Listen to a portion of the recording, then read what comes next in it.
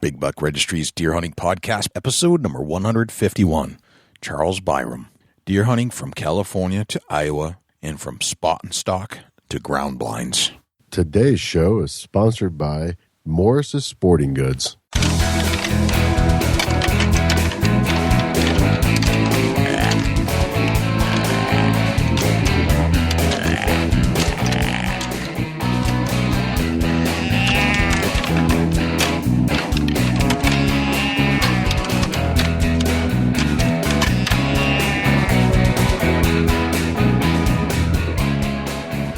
Big Buck Registry is a virtual museum of hunting stories. We preserve a piece of Americana by interviewing and recording hunters about their hunts and experiences from across the country.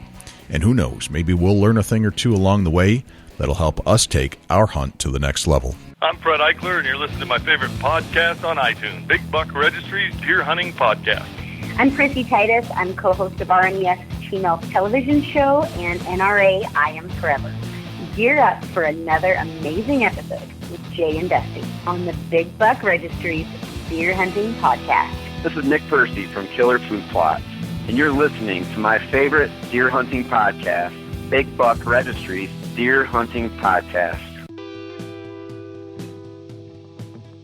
Welcome to another episode of the Big Buck Registry's Deer Hunting Podcast. You know, I'm really psyched that you're joining me. And by the way, my name is Jay. Can't thank you enough for pushing the play button on your Apple device, your Android, your phone, whatever you're listening to the show on. There's nothing that pleases me more than having your ear for 1 hour to listen to another dynamic deer hunting story. Also joining us at this very moment, I know this is hard to believe, Dusty Phillips is here in the house with the Big Buck Registry Deer Hunting Podcast studio. What's happening, Dusty? Oh, man, just chilling like a villain, Jay. Getting ready for another great episode of the Big Buck Registry Deer Hunting Podcast. And, you know, we definitely thank everybody for tuning in week after week. You know, if it wasn't for the listeners and all the downloads and the Facebook followers, and, you know, we would just be babbling on to ourselves, Jay. But we've got a great following, and we really appreciate that. Yeah, I don't like babbling on to myself much, I have to be honest. I'm just glad that somebody cares enough to listen. Yeah, for sure. And, you know, take the time to download the app. And if you don't have the app, bigbuckregistry.com/app, get the app and get it on your phone. And you got us right there at your fingertip anytime you want to tune in with us. Every show is right there on the app. Right at your fingertips. Just push the play button. Yeah, and there's an app for the iPhone and there's an app for the Android device. And both will do exactly the same thing. So go check it out. Definitely. Get the app. And never miss a show. If you're on an Apple, you can get if you go to bigbuckregistry.com/app, you'll be able to download it right through your Apple device. Just like that. You know, we always say thank you to our listeners. And we deeply and always deeply appreciate somebody tuning in. And one of the things that we like to do now and then is to reach out to one of our listeners, especially the real loyal ones. We've had some on the past, but this is our latest edition of our tribute to our listeners, our listener base. So we went out and we asked Charles Byrum to join us on this show. And you never really know what kind of story you're going to get, but Charles has a great and very interesting story about how he used to deer hunt in California. And because of a surgery that went bad, basically, he had to change his hunting style. And by doing so, he knew he couldn't really hunt the way he wanted to hunt effectively where he was living in California. So what does he do? He moves to Iowa, like any diehard deer hunting fan would do, right? Yeah, no doubt. Go out to the land of the giants. Yeah, so now he's hunting ground blinds mostly, some tree stand stuff, but he moves to Iowa, shoots the biggest deer of his life. And I believe that during this recording, he actually drove out to the spot where he shot the deer that is featured in our artwork for this show and recorded it from there. Crazy. Yeah, no doubt. Yep, so Charles Byrum is coming right up, but before we get there, let's turn to Jim Keller with the Deer News. For the Big Buck Registry, this is Jim Keller with the Deer News. In our first story this week, thousands more trail cameras coming to Wisconsin. This article is reported by the News and Observer. Wisconsin scientists have launched an ambitious new plan to catalog wild animals using thousands of trail cameras, a project that could help answer just how many deer and other creatures roam the state. University of Wisconsin-Madison and Department of Natural Resources researchers hope to place as many as 6,000 motion-activated trail cameras across the state. Photos will be uploaded to a crowdsourcing website. Viewers will be asked to view them and try to identify the animals in them. The project, dubbed Snapshot Wisconsin, should provide the best idea yet of the size of animal populations and their movements, said Phil Townsend, a UW-Madison forestry professor and one of the project leaders. Hunters have disputed the DNR's deer population estimates and management goals for years, arguing the agency has overestimated the herd size and thus damaged its credibility. James Kroll, a Texas deer researcher hired by Governor Scott Walker to study the DNR's deer management strategies, recommended in a 2012 report that the agency create a monitoring program that gives landowners and hunters a sense of ownership. The cameras will snap photos as animals wander by around the clock. Pictures will be uploaded to the crowdsourcing Zooniverse website, where people from around the world will help researchers with their projects. The site's visitors can view the photos and identify what they think the animal is with the help of a detailed field guide. Townsend's graduate students and DNR experts will review photos that don't get a consensus. 6,000 trail cameras is like 6,000 observers being out in the woods looking at wildlife all the time, and that's something we haven't had, said the DNR's Jennifer Strenglin. The DNR has budgeted about $300,000 in Pittman-Robertson dollars, which is money from federal taxes on firearms and ammunition, to purchase around 3,000 cameras over the next 5 years. We are happy to see the DNR include the public in some of their plans, as this can help with strained relationships, Jeff Shinkton, president of the Sturgeon Bay-based Whitetails Unlimited, said in an email.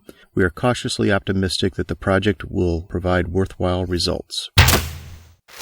State of Michigan expands management area for wasting disease in deer. This article is reported by the Lansing State Journal. The Michigan Department of Natural Resources has approved a Department of Natural Resources plan to expand the core CWD area from 9 townships and 3 counties to 17 townships and 4 counties. The broader CWD management zone, which includes fewer restrictions than the core area, now includes Eaton and Ionia counties, along with Clinton and Ingham and Shiawassee counties. The upshot, successful hunters in the 8 new townships will be required to take their deer to a DNR check station to be tested for the fatal neurological disease, and baiting likely will be outlawed in all 5 counties. 7 deer in Ingham and Clinton counties have tested positive for CWD since the first case was detected in Meridian Township in early 2015. The 2 most recent cases involved deer killed in Waterton Township and Meridian Township. Both of these cases were confirmed in March. As of May 13th, more than 5,200 deer have been tested for CWD, the DNR said. About half of those animals were taken by hunters. The rest were shot by state-sanctioned sharpshooters or killed in collision with vehicles, the agency said. DNR officials have scheduled 2 new town hall meetings to discuss the management changes and the DNR's response to the outbreak. The meetings will be June 1st at the Foster Community Center in Lansing and June 7th at the Armory Community Center in Ionia. Both sessions will run from 6 to 8 p.m. They've also set up informal morning discussions at restaurants in DeWitt, Hazlitt, and Grand Ledge over the first 3 days of June. During last year's hunting season, testing was mandatory for all deer taken in the 9 township core area. Baiting was banned in Ingham, Clinton, and Shiawassee counties. The DNR has also greatly increased the number of antlerless permits and cut permit fees by 40% in order to test more deer and reduce the size of the local herd. For more information on this story, please check the Lansing State Journal website.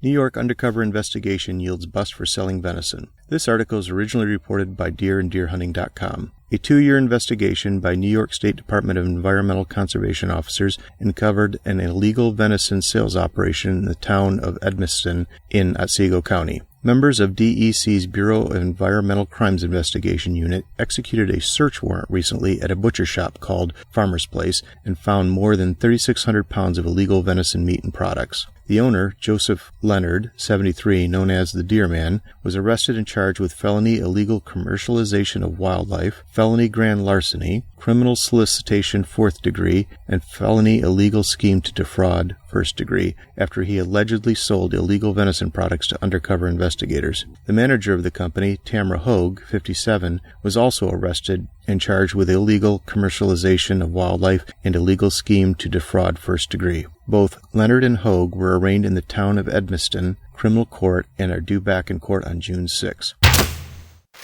Indiana's Governor Pence approves 2 pro-hunting measures. This article comes from the NRA's Institute for Legislative Action website. The NRA-backed Right to Hunt and Fish constitutional amendment, sponsored by State Senator Brent Steele and State Representative Sean Eberhart, will appear as question 1 on the November 2016 ballot in Indiana. This week, Governor Mike Pence signed Senate Bill 57 approving the ballot language. Furthermore, Governor Pence has also signed House Bill 1231 into law, which will expand deer hunting opportunities across Indiana. HB 1231 will take effect immediately. Question 1 proposes an amendment to the Indiana Constitution that establishes the individual right to hunt, fish, and harvest wildlife in the Hoosier State. The right to hunt and fish ensures that wildlife conservation and management decisions continue to be based on sound data and to protect it against future attacks from well-funded anti-hunting organizations. In addition, HB 1231 passed the Indiana House of Representatives by a resounding 91-0 vote and the Senate by a 26-24 vote. HB 1231 greatly expands deer hunting opportunities in Indiana by directing the Indiana Department of Natural Resources to establish a rifle season for deer hunting between June 30th, 2016 and June 30th, 2020. Under this new law, the DNR may authorize 4 annual rifle seasons for deer hunting in order to assess the impact of these additional hunting seasons. The addition of a rifle season will make hunting more accessible and enhance hunter retention and recruitment efforts in the state. For more information on this legislation, check out the www.nraila.org website. That concludes this week's edition of the Big Buck Registry's Deer News. If you have any ideas for future topics or have questions about any of these topics, please email me at jim@bigbuckregistry.com. For the Big Buck Registry, this is Jim Keller with the Deer News. Thanks to Jim Keller for the Deer News. Without further ado, here's Charles Byrum. Charles Byrum, welcome to the Big Buck Registry's Big Buck Deer Hunting Podcast. How are you, sir? I'm doing great. Thank you. How are you guys doing? Living the dream, man. It's just this every day, living the dream. We're psyched that you're joining us, Charles. I've recognized you as one of our steady, loyal, dedicated followers of the Big Buck Registry and a listener of the podcast, and you leave us reviews. And one of the things you do the most of everybody that listens to the show is that you'll actually give us a review on each show on Facebook, which is incredibly helpful to us because we don't get a lot of feedback, so we can't make it better. But you're honest, and I want to say thank you. I've been meaning to say this for quite a while. Thank you for doing that each and every time. Well, not a problem, and I actually want to thank you guys. You guys have really helped me come along learning about whitetail deer hunting. I moved to Iowa a few years ago, and I didn't know nothing at all about whitetail hunting. I had deer hunted in California, but a totally different game out here, and you guys have really helped me, I think, become more of a conservationist. I take my time, try to take older deer, and I didn't know nothing about that until I started following you guys. That's music to my ears, man. I just love that we've changed, some of the habits and made you a better hunter overall. But I have to say, we talked a little bit pre-show, but you have a pretty interesting story going from 2 completely different styles of hunting in 2 completely different states and 2 completely different philosophies on what to shoot and what not to shoot. And I'd like to explore your life relative to hunting on this show because I think it's interesting. It's quite a contrast. It's a dichotomy that not a lot of people have experienced. And what I'm referring to, because you have shared some of the story with me, is that you're from California. You hunted some kind of a subspecies of mule deer, a smaller type animal, through the mountains and hills of California. And then after a surgery that went bad and put you into a disabled state, you transported yourself to Iowa to hunt Iowa whitetails, completely foreign to you altogether on how to do this. And that, to me, is fascinating. It was quite a culture shock, especially for the family, that's for sure. It's got to be. California to Iowa, I can't think of 2 completely opposite states, really. Yeah, it's totally different. The town we live in now has, I think the total amount of people is about 400 is the population, and the street that I lived on in San Diego probably had more people living on it than the town I live in now.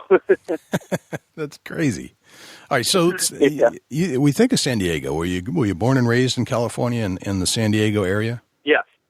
Actually was born in Oceanside, which is right next to Camp Pendleton. Yep. And I was born there, second generation. My dad was born there. My daughter was born there. All three of us were born in the same hospital. All three of us went back to the same house after being born. So spent my whole life there until a few years ago.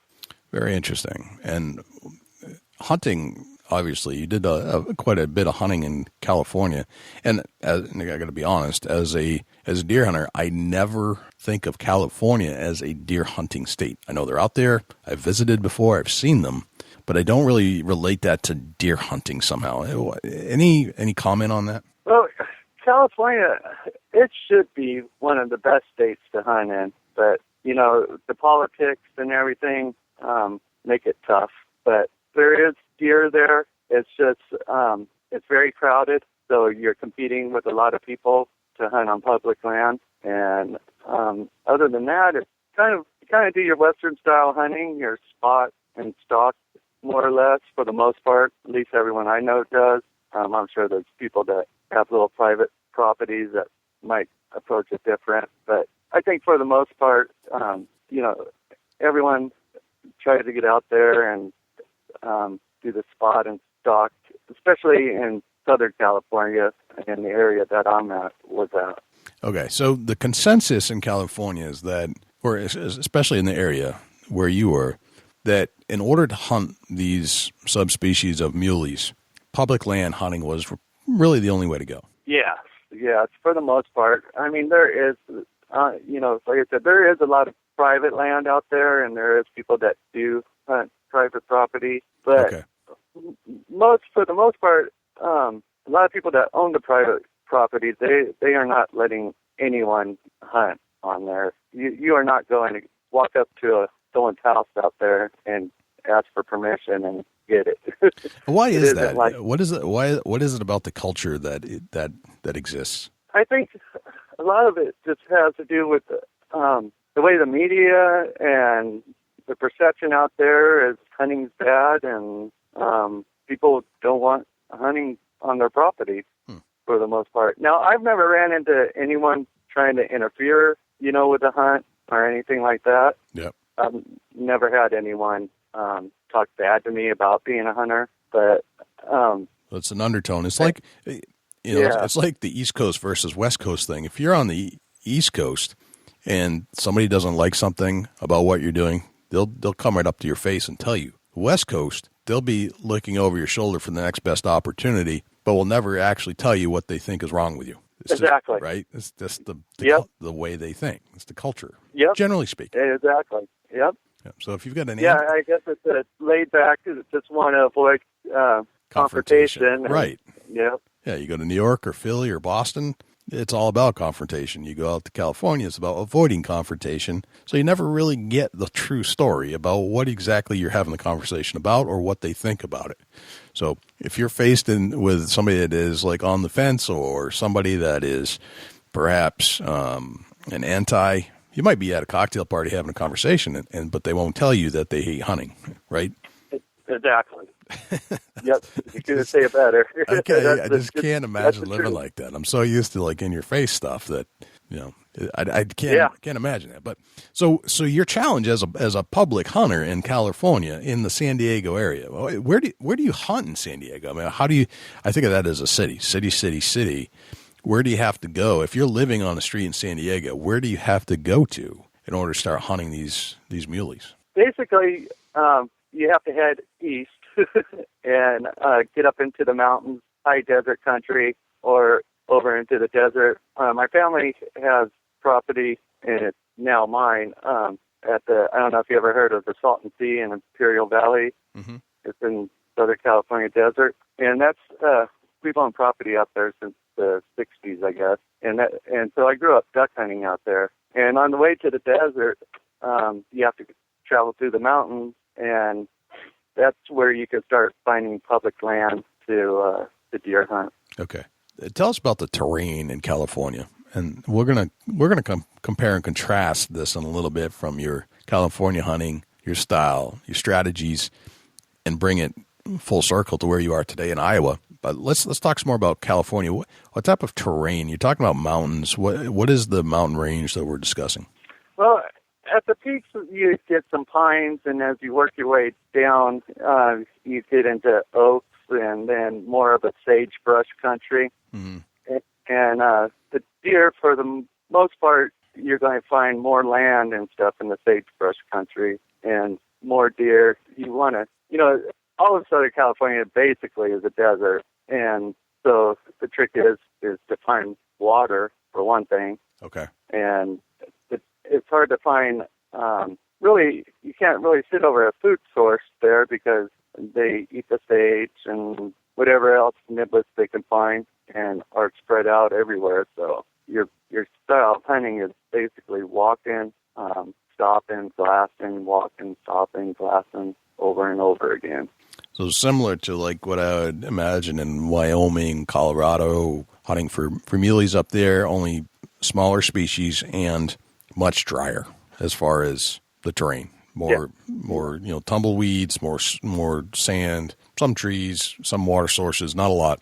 No food sources whatsoever. Nothing that you can count on. No, nothing you can count on. Now, and I'm talking about the San Diego area. You can get to different parts where in California that, it has a lot of agriculture. California has a huge amount of agriculture. So there is areas in California where you can find more of that style of hunting where you can maybe find alfalfa fields or something like that, or cornfields bumped up to the edge of mountainous terrain or sagebrush or brush country. But for the most part, in the San Diego region where I was, it's pretty much just sage and desert and, like you said, sand and just a lot of rocks, ton of rocks. A lot of rocks.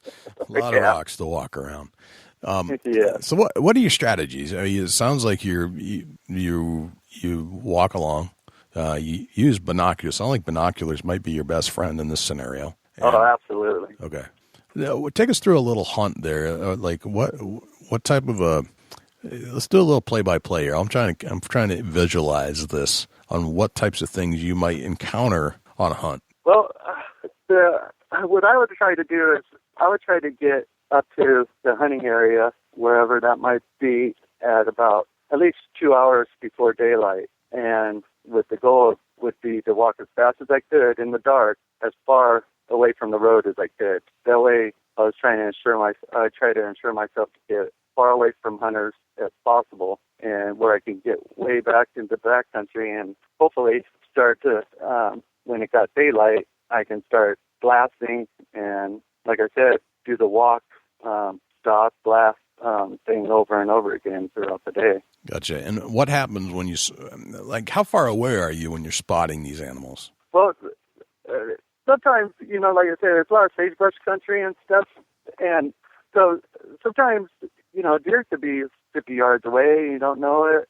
or that's why I'd walk slowly and stop and blast and look around because something could pop up close. But for the most part, you're glassing hillsides or you're getting up on a ridge top and you're looking, 400, 500, 600 yards away or further and trying to locate any sort of movement, any kind of deer at all. Now, that's another thing that's quite a bit different about Southern California and where I am now. In a good season, I might see 10, 15 deer, where I see that on the way to the store now.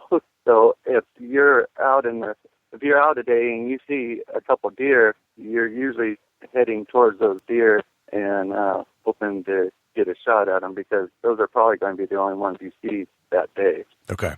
Dusty, you want to kind of break, and I want to do a double gear check here, kind of go through what Charles might have been using while hunting in California. What's he got in his bag? What kind of tools are in his bag of tricks? Yeah, for sure. Charles, let's go to California and kind of break down. Did you carry a backpack out there? Yes, backpack and always a couple canteens of water. Always had to make sure you had extra water with you. All right, let's say we was out in California and we was at the deer hunting area and we decided to sit down and open up your backpack. Tell us what all you had in there. Well, you'd have your lunch and whatever snacks that you could carry. I always carried a big bottle of pepper, black pepper with me so that if I were lucky enough to get a deer, once I gutted the deer, I'd pour pepper all inside of the cavity to help keep the flies and insects off of you. No kidding. Yeah. We'll get into that here in a little bit. Let's keep working through this backpack. I always carried rubber gloves with me just for cleaning the deer. Knife, couple extra knives, binoculars, good pair of binoculars, best that you can afford.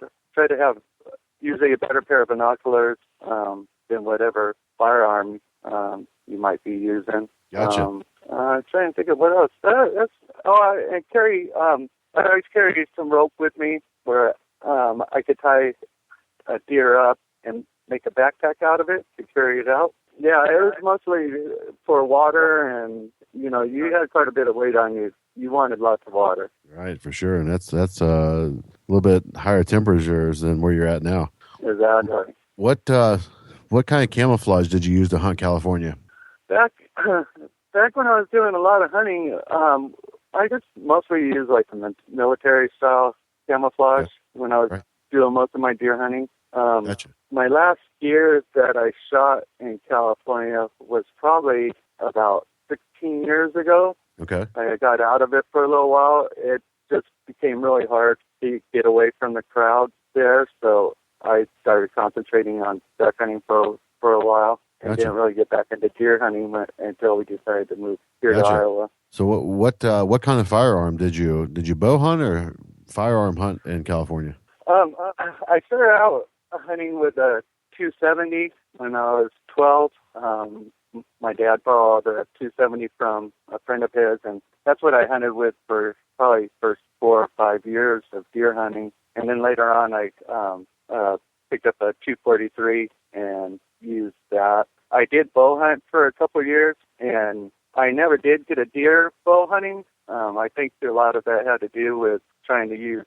I didn't know nothing about it, for one. There was no one for me to talk to about it, and I was trying to pull back too heavy of a bow, and it just seemed like every time I would shoot at a deer, I'd miss. It'd go over. The deer would jump the arrow or duck under it or what have you. But it did make me a better hunter bow hunting. It taught me to get a lot closer to the deer, and when I did go back to rifle hunting after that, it seemed like it was a lot easier for me to take a deer with a rifle. Gotcha. Yeah, it makes sense. So in California, did you pretty much all your hunting was spot and stalk, or did you use tree stands or ground blinds? All spot and stalk. Never even thought about using a tree stand or a ground blind. That never crossed my mind. I did every now and then would come across one, like someone would build a tree stand, out of wood and stick it up in a tree, but never saw anyone in one. Never heard of anyone doing any good out of them. No kidding. But yeah, it's just those deer move around so much up there. It's hard to really sit somewhere, and hope that they come to you. Right. Yeah, it makes sense. Good deal. Jay, you want to get in a little bit of a hunt? Yeah. Before we go there, I want to transition from California to Iowa. And Charles, you had mentioned that one of the things that you stopped doing in California was hunting for a little while. And I think it has something relative to do with some medical issues that you had that actually put you in a state where you weren't as mobile anymore on your feet. You couldn't get out into the woods and hunt. You couldn't get out into the mountains. And your spot and stalk techniques were basically no good to you anymore because of the pain that you were going through. You want to tell us about your experience? Sure. I started developing plantar fasciitis in both feet, and that started to limit how far. The more I'd walk, the more later on it would hurt, and it made walking those distances and not as fun. I wanted to do it. I tried my best to keep at it, but it definitely took the pleasure out of being out there, and were limiting to me to go where I knew I needed to go to find the animals. Okay. And did some of this change in your physical condition have anything to do with your decision to move to Iowa? Oh, yes. About, trying to remember how many years ago now. I guess it was about 5 years ago. I started off getting my left foot operated on, and the surgery didn't come out as planned. A tendon got cut during the surgery, and basically made my foot worse than what it was before that. Okay. And leaving me disabled permanently. It really sucked. It was a downer on that. Gotcha. So you moved from California, you moved the family, and moved to a town in Iowa where the population is 400, which is, right, as you mentioned, as many people live in the whole town where you live as lived on the street where you lived in San Diego. Right. We're talking culture shock here, I would think. This is not the area you're used to living, the type of style of living you're used to. So how did you transition? Well, we had been out here several times. My wife's mom was from here in Iowa, and so we had visited. I obviously, being a hunter, just fell in love with the country out here. Although I did never think I'd move away from the ocean. I do love fishing out on the salt water, but that's another thing that I really couldn't do anymore with my foot situation. So having visited out here, seeing the price of housing and everything like that, I just got to talking with the wife, and we decided we could sell what we had in California and move here, and things would be a little easier on us, on our economy-wise. And so it was quite a shock for my wife and daughter, really. They were used to being able to go shopping or run to the movies or do whatever, run to the beach whenever they wanted to, and it probably hit them a little bit harder than it did me, because now all of a sudden I could drive 5 minutes from my house and walk 100 yards, put up a pop-up line, and I'm hunting for the day. That's the cool part about Iowa, right? Yeah. You can go anywhere and Exactly. be hunting within a matter of seconds. Yep. The weather situation is still kind of hard to get used to, going from 70 degrees year-round to every bipolar temperature you can think of in this area, but still, I'm getting used to it, I guess. Gotcha. So let's talk about your hunting stuff. Like we just went through your bag of tricks that you would carry in California, which you're not going back there. You've got a new adopted way of life here. Right. What has changed as far as your gear? What types of things have you let go? What types of things have you brought on? Well, I don't have to carry the amount of water around with me, that's for sure. So that makes it nice. But I do, now I have a backpack full of all kinds of gadgets, deer calls, rattling antlers, face paint, gloves, heating hand warmers, foot warmers, extra socks, extra clothing, extra gloves, and I lose gloves like crazy. I have gloves spread all over the southwest Iowa state. Gotcha. I don't know what it is.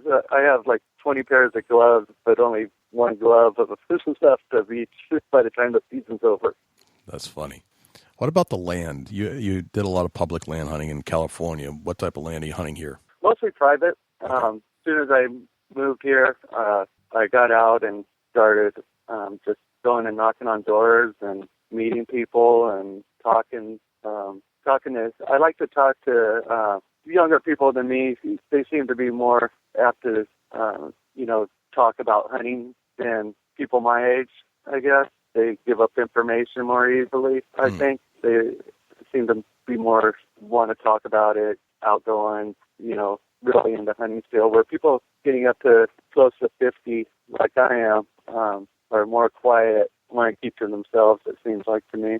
Gotcha. So do you look, this is a strategy all in of itself, trying to find out where the deer are, which lands are huntable, that might be accessible. So tell us about how that goes down. Like, what is it that you're keying in on? You're looking for some younger hunters, and what kind of gives it away? Hey, a lot of times you're at the grocery store and you see some kids pull up and they'll have their music blaring and stuff. But if you notice, they have some bow hunting stickers or hunting stickers, for that matter, on their bumper or something. Just talk to them, and you'll be surprised how much information they'll be willing to share. And usually, a lot of people shy away from noisy kids, but you'd be surprised how much just talking to a youngster will help you out.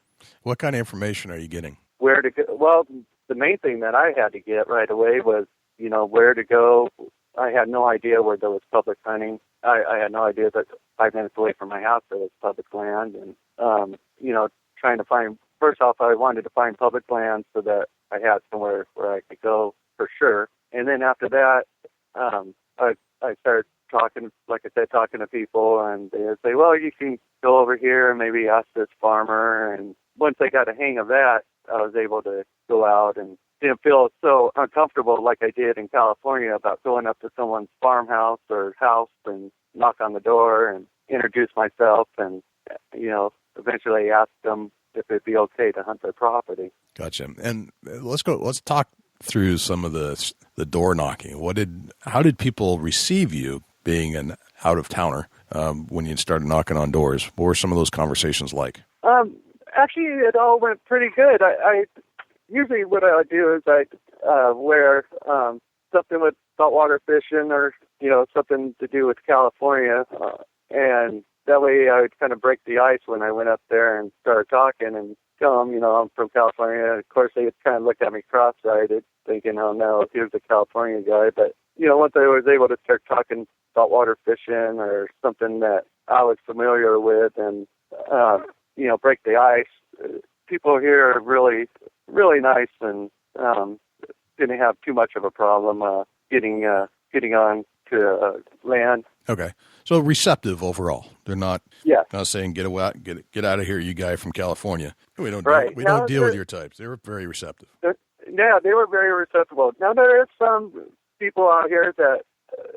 kind of have a bad taste in their mouth about hunting overall. They've had people trespass and not take care of their place, and so understandably they don't want to give permission. And I even talked to one guy one day that I noticed he was clearing out what little bit of woods he had left, and it was just so that he told me it was so that people would stop hunting his land. He didn't like people trespassing. He had no problem with people hunting before, but a group disrespected his property, and so he was over it, and he figured he might as well just tear down the woods and grow his corn and beans in there instead of having people run around with guns or whatever.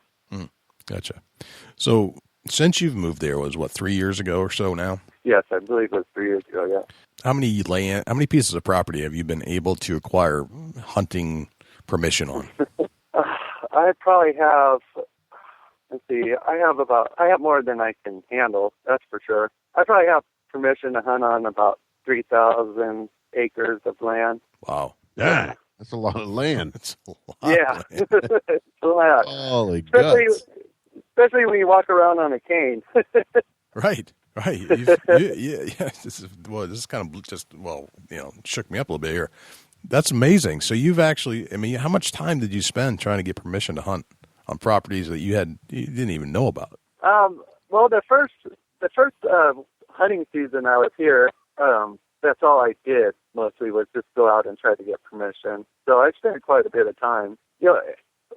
The grocery store from my house is 8 miles. On an average day, it drives my wife nuts too. On an average day, it takes me about 3 hours to go to the store and back because I just every dirt road.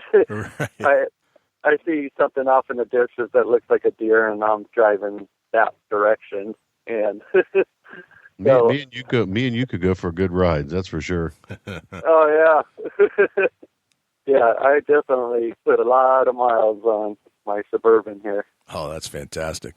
All right, so you got about 3,000 acres, and tell us about your setup here. What's the topography like compared to the California setup? What's your gear like compared to the California setup? Well, I only bow hunt here, so there's no, as far as I know, in my area for sure, there's no rifles that's allowed for deer hunting. I know people do use it for coyotes, but it's only shotgun and then archery, black powder, and they do allow some crossbows, I think, for the elderly and for the disabled. And I think now you can use crossbows during one of the muzzleloader seasons, but for the most part, there's no rifle hunting. So I just bow hunt, and it's a lot flatter here than it is in California. No mountains, right? A lot of rolling hills, but to me it looks totally flat. No curves in the road, all left north, south, east, or right.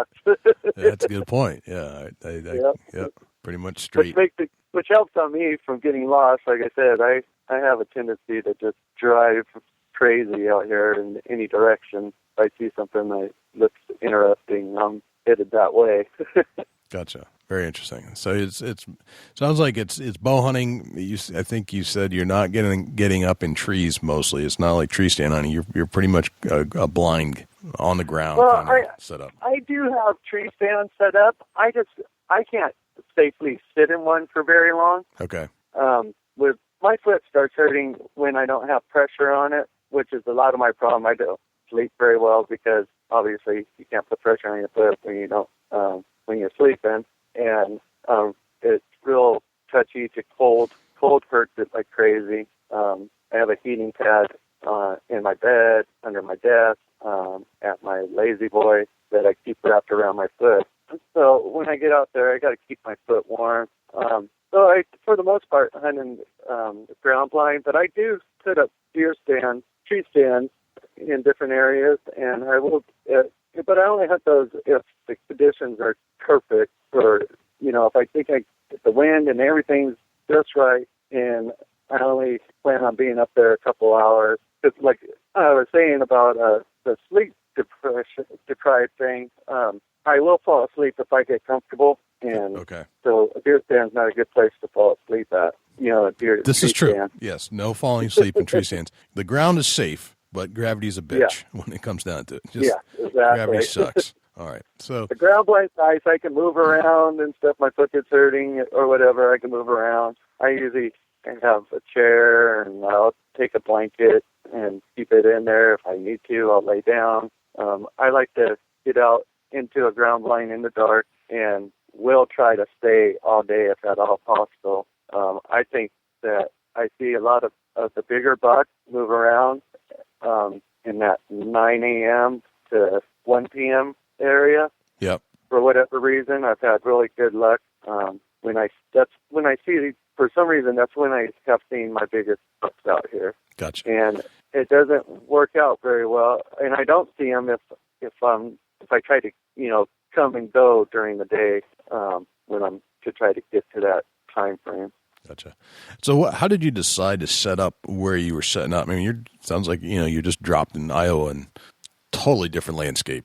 How did you go about trying to decide and educate yourself on what to do? Well, I hadn't paid that much attention to Facebook before I moved here, but I did start going on there quite a bit, and don't mean to kiss your guys' ass, but I found the Big Buck Registry, and I found out, I'm telling you, I found out a lot by listening to you guys. And once I did start listening to you guys, I started going back through your archives there and just trying to absorb as much information as I could from all the different stories, all the different people you have on, trying to learn everything I could. And then, I talked to my wife's cousin here, Eric Infrey. He's really helped me. He's in the military, though, and so it's a lot of phone conversations with him, helping, trying to give me pointers on where to go. But other than that, it's been the Big Buck Registry, and then, I do listen to other podcasts, but I go back to what I know and what I enjoy.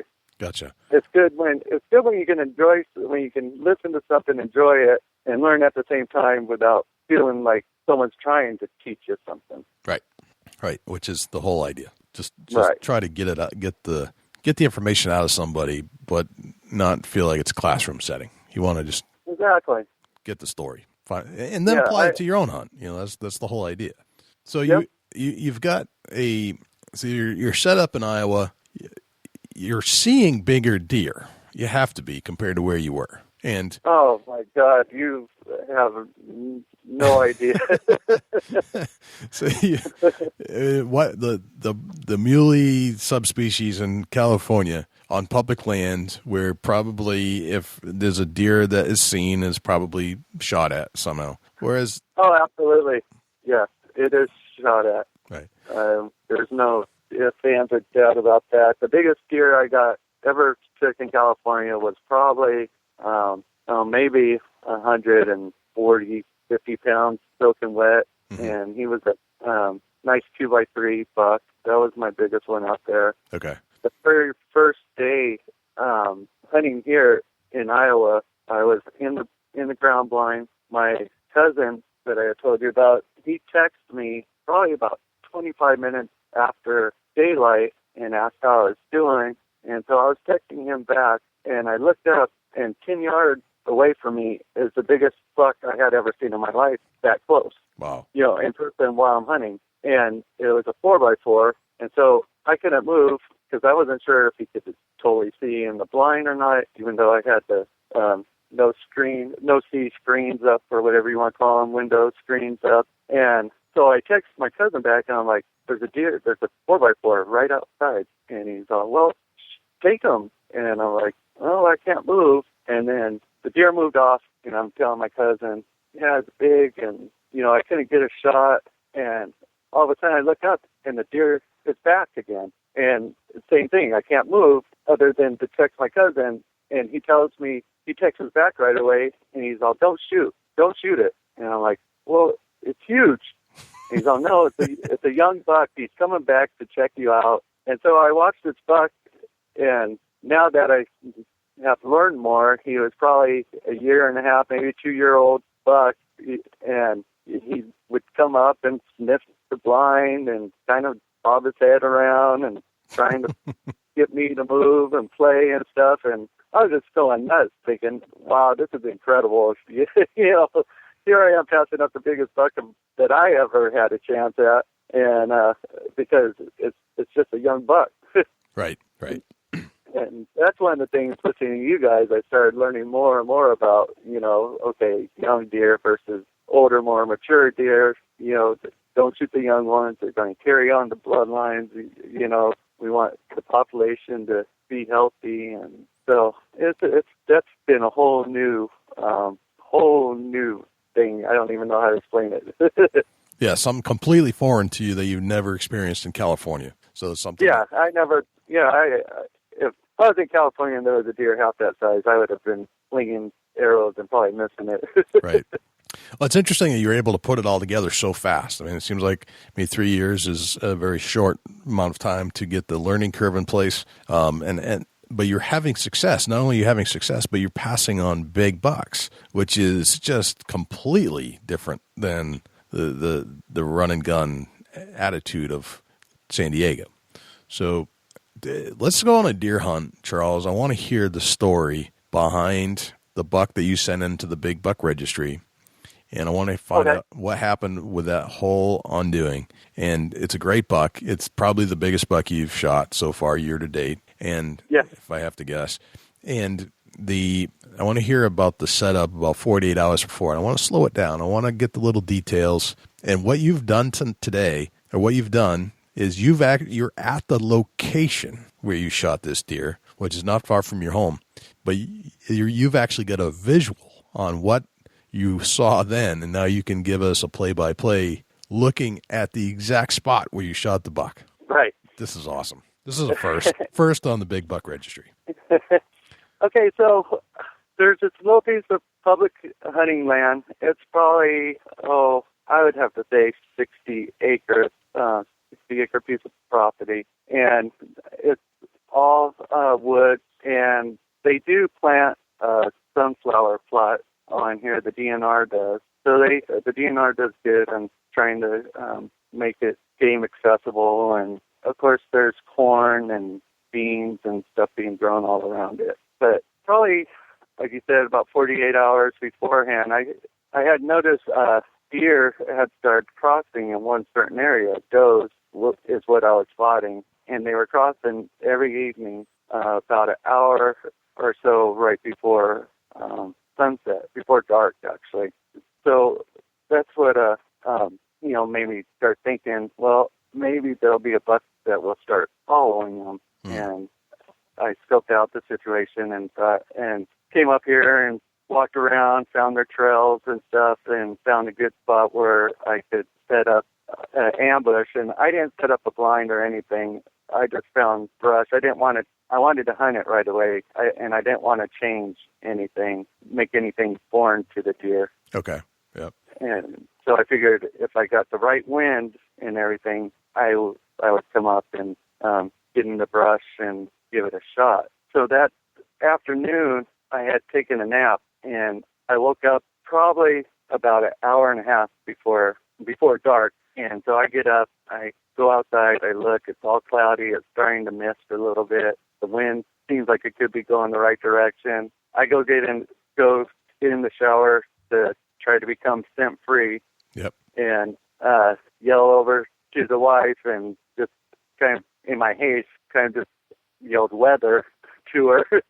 And so luckily she knows me good enough. She don't get upset or anything. She just looked up the weather and was reading off which way the wind direction and how hard and what the forecast was and all that while I'm showering, and everything seemed good. So I get up here probably about 40 minutes later. So I only have now about 45 minutes of daylight left. And I get down to that spot where I had scoped out and sit there, and I wasn't too sure really if I should stay there and risk shooting at a deer or not. I started hearing some coyotes in the distance, and it started getting wet, and so I was starting to get worried that, well, if I shot one, would I be able to find it, or if the coyotes would get to it. But the rain started to go away, and I stuck it out. I gave a couple calls on the grunt call, and I still don't think I have any idea what I'm doing with the grunt call.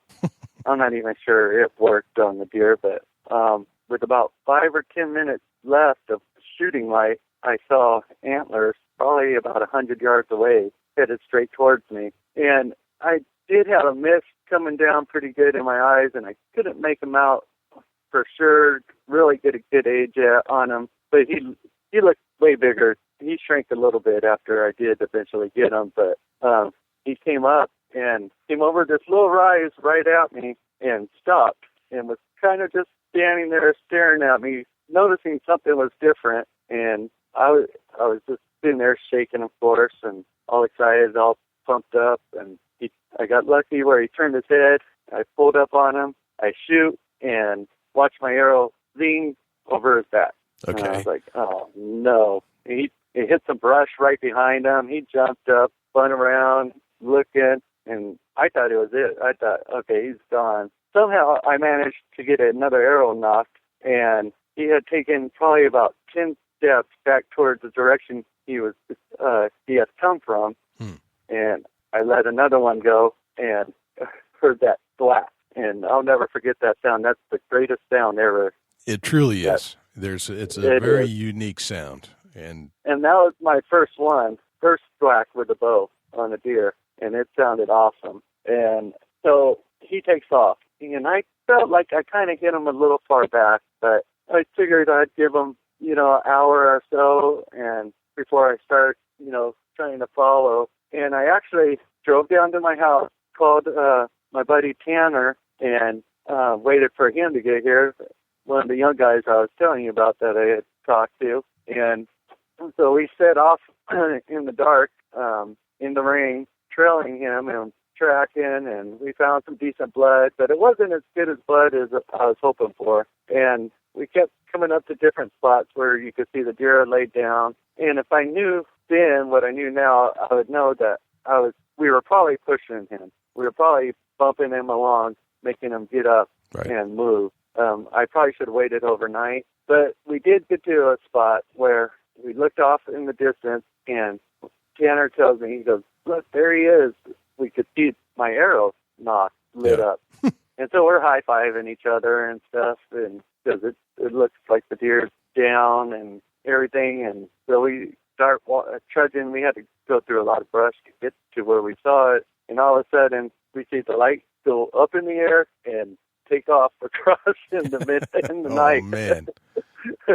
Talk about a sinking feeling. Oh, man. It was heartbreaking. I thought for sure he was gone. Yeah, you thought it was over. Yeah, I thought that was it. But wow. I wasn't going to give up. So the next morning, Tanner and his brother Spencer came back, and we got together probably about 8 o'clock in the morning and went back to where we had found the deer, where, the deer had taken off from. And it was an even worse feeling because we couldn't find no blood from that point. And we just had a general idea of the direction that he had gone. And it was just, I was sick. I thought, I had blew it. I know I had read to let the deer sit longer and stuff like that when you think you hit them back. And I just thought I did everything wrong, and I did do everything wrong. But Tanner's brother, Spencer, he found the little tiniest dot on top of a fence post and started trailing it towards my house. This is a drop of blood. Drop of blood, yeah. Gotcha. And he started tracking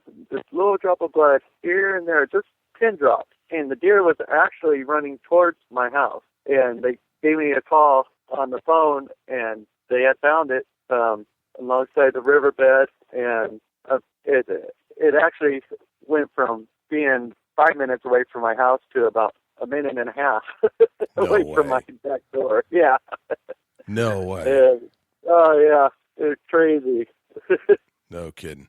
And what did the buck weigh out at if you weigh him? I don't know if you're weighing him in Iowa. I didn't weigh him out, but he was probably, he had to be 180 pounds.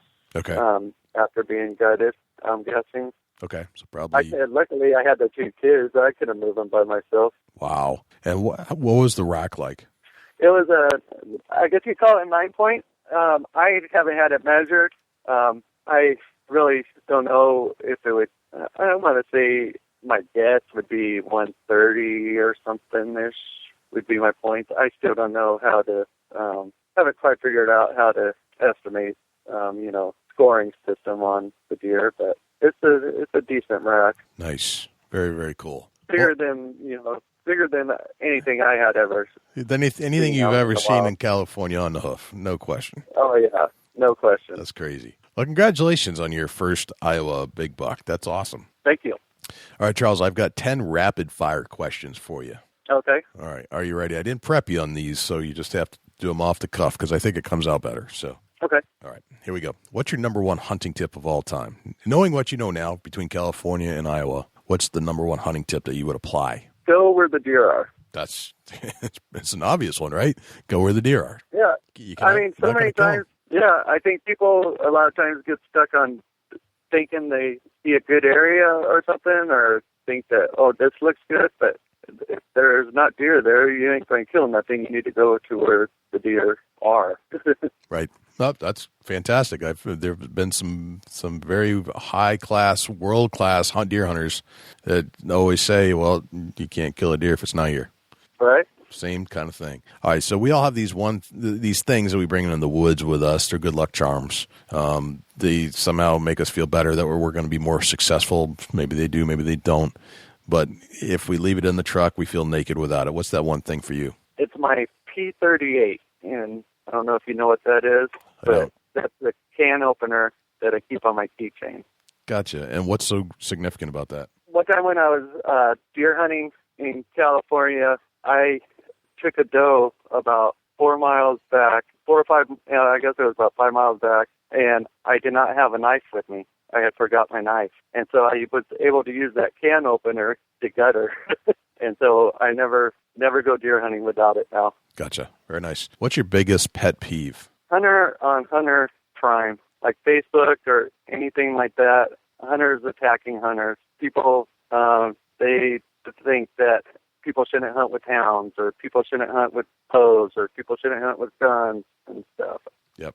Hunters need to quit. They need to stop this hunter on hunter crime and start sticking together. I agree with that wholeheartedly. How old are you today, Charles? 46. 46. Knowing what you know today, what would you tell the 20-year-old Charles? Oh, wow. A lot. I think going back to my foot thing, I would have, everyone gets life insurance, or they don't, and they know they should get life insurance, but I don't think people realize that you have a lot higher chance of becoming disabled than you do of dying, and I would have told myself to get disability insurance. Right. Gotcha. It would have really helped out in some times. Interesting.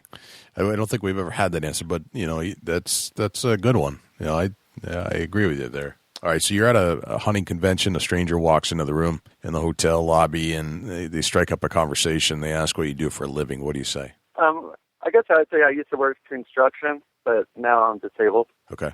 What did you have for breakfast this morning? I actually had leftovers from last night, and so that was a venison burger. Nice. I'm down with that. Venison burger for breakfast. That's my kind of breakfast too. Yes, sir. Venison sausage and a couple of farm eggs. Awesome. Just awesome.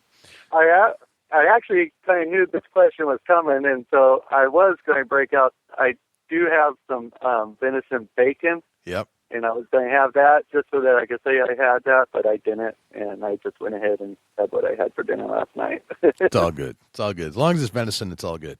All right, you get your own billboard. It's a blank canvas. You can put anything you want to put on it. What does it say? Oh wow, that's a good. I wish I'd probably have to get someone to write it better than I could word it. Something about outdoorsmen sticking together. I think it's important that outdoorsmen need to start sticking together. Obviously, that's touched me here lately about outdoorsmen. I think it started with the whole Cecil thing. I was really disappointed how everyone was jumping on that poor guy for doing wrong, and I think maybe that's what kind of started that kind of thinking really got in my head. Yep, gotcha. All right, if I say the word successful, who's the first person that pops into your head and why? Well, your guest last week already took Britney Spears. Right. I was going to say, you're probably thinking Britney Spears right now. Right? You know who I like is Anthony Bourdain. Are you familiar with him? Very much so, yeah. Yep. Yeah. The chef. I would love to live that guy's life. Travel, eating and stuff. He tries to hunt a little bit when he can, and I think that's who I'd have to pick. Gotcha. What's a day in the life of Charles Byrum look like? Right now, I just got a new puppy, lab puppy, and so I'm starting to train her. Well, right now she's learning the word no mostly. Right. And so get up in the morning and take her out and go for a drive looking for turkeys right now, trying to find a good, close, easy access spot. Especially at this time of year, it's kind of hard on me. We'll get a lot of rain, so I need to find somewhere that I can access. And after doing that drive, I'll come home, have lunch with the wife. Hopefully, if I'm lucky, take a nap. And then every evening, I'm out here doing the deer drive, basically. Sometimes the family goes with me, other times they don't, but almost every evening I'm driving somewhere. I'm always looking for new property or double checking my old properties, seeing if I spot something that looks good where I need to pull cameras and move them around and concentrate on a different area. Right on. And what's a deer hunting day in the life look like? A lot of that has to do with the weather, but for the most part, I like to have a pop-up line. I'll actually have a couple put out and get up early in the morning. If I can, if I'm not in too much pain, I'll drive there and get out into the blind before sunup. If I am in pain, and I hate doing it, but I'll wake the wife up and get her to take me and drop me off, and I'll try to spend all day out there if at all possible. Very nice. Very cool. Hey, Charles, it's been a pleasure having you on the show. It's always good to interview somebody that has been a listener of the show.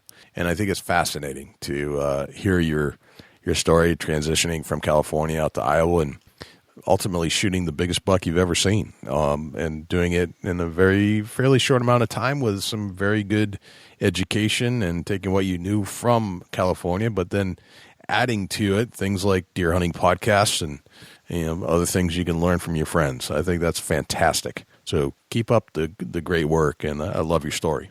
Hey, I love your guys' show. Thank you very much for all you guys do. You guys do a great job, and I'm hoping that sometime you guys are going to put up some sort of big buck registry deer hunt somewhere or something, and can get a bunch of followers out to some deer camp somewhere and get together and have beers or something. Yeah, hang out with some of our listeners and hunt some deer all at the same time. It's definitely in the back of my head that someday that will happen. No doubt at all. No doubt about it. As we slowly grow this whole thing, we're heading that way for sure, and that'll be a fun day. That will be a fun day. Yep, that'll be awesome. We definitely thought about it. And we thought about also doing a breakfast or a luncheon somewhere in the Midwest here, and just invite all the followers out to join us for a sit-down breakfast or lunch, and and meet us personally and talk deer hunting for several hours during that day, and just have kind of like a meet and greet. That'd be great. That'd be awesome if you guys pulled that off. I'd love to. Give me a reason to go somewhere and meet people. It's always a good thing. Yeah, just a thought, Yep. Silent auction and stuff like that to benefit, help us with the Big Buck Registry Deer Hunting Podcast. Yep. That would be cool. Yeah, I know every year they have like the Iowa Deer Hunter Classic and stuff out here, so maybe put that in the back of your guys' mind. Well, we're hoping that as things grow and develop and we get more sponsors and money coming in, that we'll be able to travel around the country and visit all these great places as a duo and meet all of our fans and people that tune in. That would be a dream come true. So we're getting there. Yeah, you guys are. You guys are growing, and like I say, you guys do the best job out there as far as I'm concerned. So I think you guys are definitely. Yeah, we really appreciate that, Charles. Yeah, thank you, Charles. I sincerely appreciate that. It really does. It's nice to hear somebody that appreciates the hours we put into this. It really is. Yeah. You guys do a lot more than I could do. That's for sure. Hey, I'm just curious. Tell us just a few things. We kind of do this off air, just kind of us talking here. What's some of your favorite things that you've picked up on the show that you really utilize out in the field? Well, I think, like I said, a lot of it has to do with deer management, and also trying to figure out like a mature deer versus, or even a mature doe. I don't want to shoot a young doe. I want to take out those nags that aren't breeding and that are just out there, blowing my cover or taking food out of the mouth of other deer. That's one of the main things. Learning about food plots. There's so much food here in Iowa. A lot of people don't do food plots, but I'm kind of experimenting with, putting some, turnips in, or trying to put small little plots in areas that I can, just to give people, some sort of variety works and can draw in some ambush points. Trying to learn about calling and rattling. You guys have helped me on that. I didn't have a clue on that. When I first started listening, you guys, I didn't know what to do with deer urine. I didn't know what a licking branch was. Right. I never seen deer. There's no trees in California for them to lick. But where I was, anyways. It's just been a whole encyclopedia of stuff. It's hard to pick out a couple certain things. Not asking you to, but I just wanted to hear from a listener exactly some details that you picked up on. And man, it really sounds like that. Listening to the show, it really educated on you the whole spectrum of whitetail hunting. Yes, definitely. Yeah, there a lot of times I'll go back and I'll listen to something in one of the podcasts, and something I can't think of right offhand right this second, but I'll hear something that you guys or someone has done, and I'll think, hey, that applies to me. I'm going to go try that. I think a lot of people don't. I think a lot of people hear stuff, but they don't ever put it to use. Right. And so I tried to, if I pick up on something, I try to use it, see if it works. If it doesn't work for me, then it doesn't work. But at least I gave it a try. I fell right into the story that Charles was telling. It became very interesting. The thing about the pepper on the deer, that he had how he sprinkled pepper on the cavity of the deer in California to keep the bugs away. Something you don't have to do or wouldn't think to do out in this part of the country.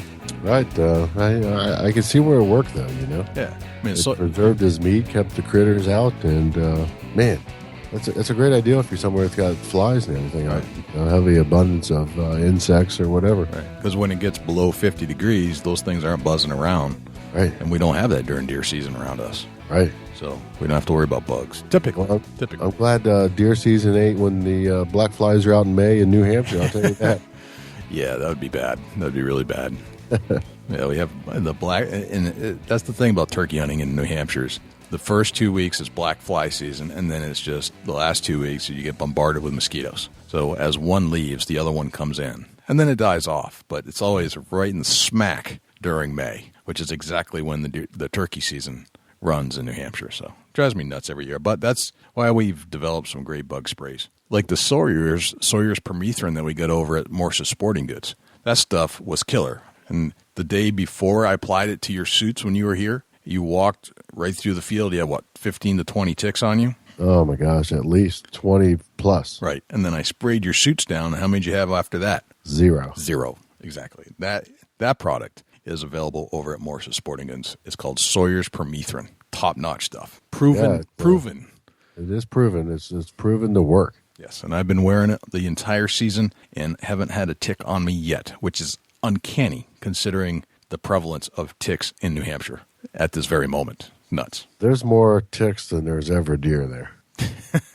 You got that right. In fact, the coyote that I shot on my birthday, by the way, when obviously it died, I kept the coyote to show the kids. And before I was going to dispose of it, all the ticks had released from the dog.